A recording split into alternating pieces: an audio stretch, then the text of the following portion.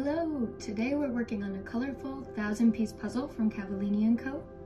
Created in 2021, this puzzle was designed using vintage imagery from the Cavallini archives. Beside each cocktail is a recipe, instructing you on how to make the popular drink. At the bottom, the puzzle offers suggestions on how to serve the perfect beverage, including how much ice to add, how to pour correct measurements, when to shake versus stir, and how to store the glassware. So not only is this puzzle aesthetically pleasing, it's also helpful. I could easily see someone hanging this puzzle by their bar cart and referring to it when they want to entertain guests. When finished, the puzzle will measure 22 inches in length and 28 inches in height. Included in the packaging, we have a drawstring bag to keep the pieces tidy and a poster to guide us through the build. We live in New York, and this puzzle costs around $24. Luckily, we were gifted it for Christmas. When sorting the pieces, we noticed that there was a decent amount of dust coming off of the puzzle. There were also a few pieces that were locked together. Generally, this is not a big deal, but it was difficult to disconnect them, resulting in mild tearing. The shape of the pieces are standard and mostly take on one of two shapes, either rectangle or square. Each piece has 2 innies and 2 outies. The pieces are medium to large in size, making them comfortable to hold and easy to see the printed picture. The pieces are sturdy and snap into place. In terms of approach, we started by flipping all the pieces over and loosely grouping them together based on color, since there is great blocking in the image. We then got to work on the border. For most puzzles, we find this to be an excellent starting point to make sense out of the chaos, or in this case, a sea of 1,000 puzzle pieces scattered on a table. In this build, we were constrained by the size of our table.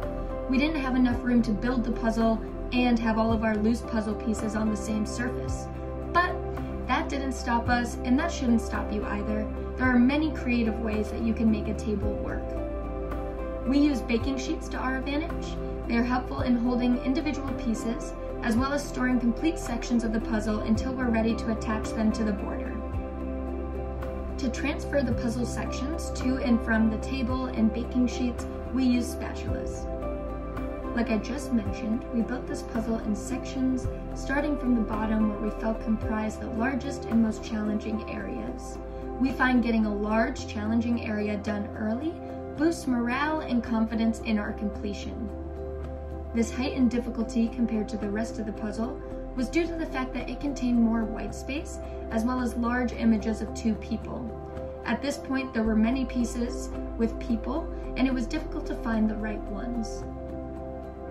The tip that we have to offer for this puzzle is to start each section by completing the top border and by matching the words in each recipe. This will allow you to fill in the space quickly and accurately. This puzzle took us 5 hours to complete. The first 3 hours were spent sorting and completing the majority of the first section. It was difficult to locate specific puzzle pieces with so many in play. We found this puzzle to be relatively painless and fun, so we completed it in one sitting. Overall, we give this puzzle a 6.53 out of 10 for puzzability. The following contributed to this overall rating. We gave a 3.1 out of 10 for setup due to dust, locked pieces, and tearing during separation. We gave a 7.8 out of 10 for design.